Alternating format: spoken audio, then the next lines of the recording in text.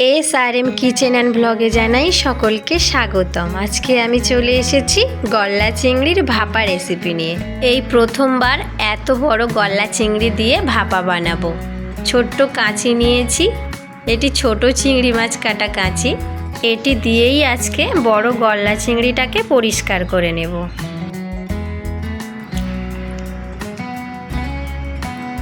পরিষ্কার করে নিয়েছি। এবার নিয়ে নেব লাউ পাতা। বাড়িতে টবের লাউ গাছ থেকেই কচি পাতা সংগ্রহ করে নেব। দেখুন লাউ গাছটাকে অনেক কচি কচি পাতা আছে। নিয়ে নিয়েছি কিছু লাউ পাতা, ভালো করে ধুয়ে পরিষ্কার করে জল ঝরিয়ে নিয়েছি। এবার পাতাগুলিকে এমন করে গুলিয়ে একটি ছুরি দিয়ে কুচি কুচি করে কেটে নেব। ভিডিওটি ভালো লাগলে চ্যানেলটিকে উৎসাহ যোগাতে সাবস্ক্রাইব করে পাশে থাকবেন নতুন নতুন রান্নার ভিডিও পেতে।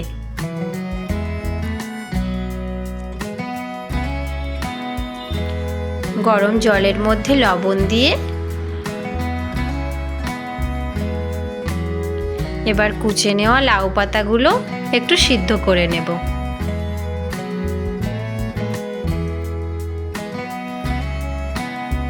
কিছুক্ষণ ঢাকা দিয়ে রেখে দেব।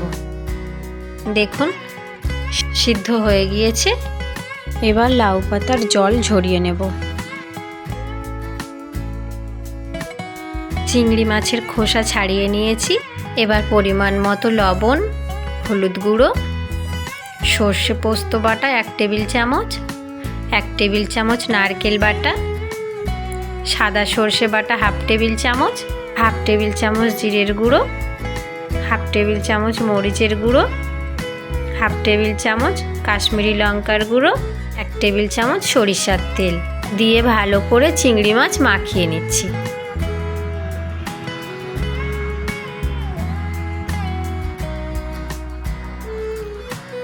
এবার একটা টিফিন বক্স নিয়েছি, তার মধ্যে সিদ্ধ করে নেওয়া লাউ পাতাগুলো বিছিয়ে দিয়েছি আর মশলা মাখানো চিংড়ি মাছ দিয়ে দিচ্ছি।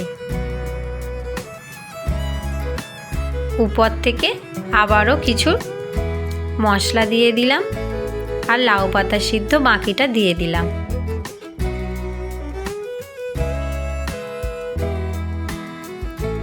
বাকি মশলাগুলো একেবারে দিয়ে দিচ্ছি। সামান্য একটু মশলা ধোয়া জল দিয়ে দিলাম। ভাপাতে জল লাগে না, তাও সামান্য একটু দিয়ে দিলাম। আমার বাড়িতে একটু ঝোলটা খেতে পছন্দ করে বলে। দিয়ে দিলাম আরও 1 টেবিল চামচ সরিষার তেল আর কিছু কাঁচা লঙ্কা কুচি। এবার ঢাকনা দিয়ে কৌটোটাকে মুড়ে দেব। কড়াইয়ের মধ্যে জল নিয়েছি, স্ট্যান্ড বসিয়ে এর উপরে টিফিন বক্সটা বসিয়ে দিলাম। তার উপরে আবার ঢাকা দিয়ে আধা ঘন্টা মতন জাল করে নিয়েছি। দেখুন ভাপে কত সুন্দর হয়েছে। এই লাউ পাতা দিয়ে গলদা চিংড়ির ভাপে যে এত সুন্দর হয়েছে সেটি আপনারা দেখেই বুঝতে পারছেন। এবার একটি প্লেট সাজিয়ে ফেলব। যেমন দেখতে হয়েছে তেমনই কিন্তু খেতে হয়েছে। একটু ঝোল দিয়ে দিলাম। ভিডিওটি ভালো লাগলে চ্যানেলটিকে উৎসাহ যোগাতে সাবস্ক্রাইব করে পাশে থাকবেন নতুন নতুন রান্নার ভিডিও পেতে। লাউ পাতা দিয়ে গলদা চিংড়ির ভাপে কেমন হয়েছে অবশ্যই আমাকে জানাবেন। ধন্যবাদ সকল।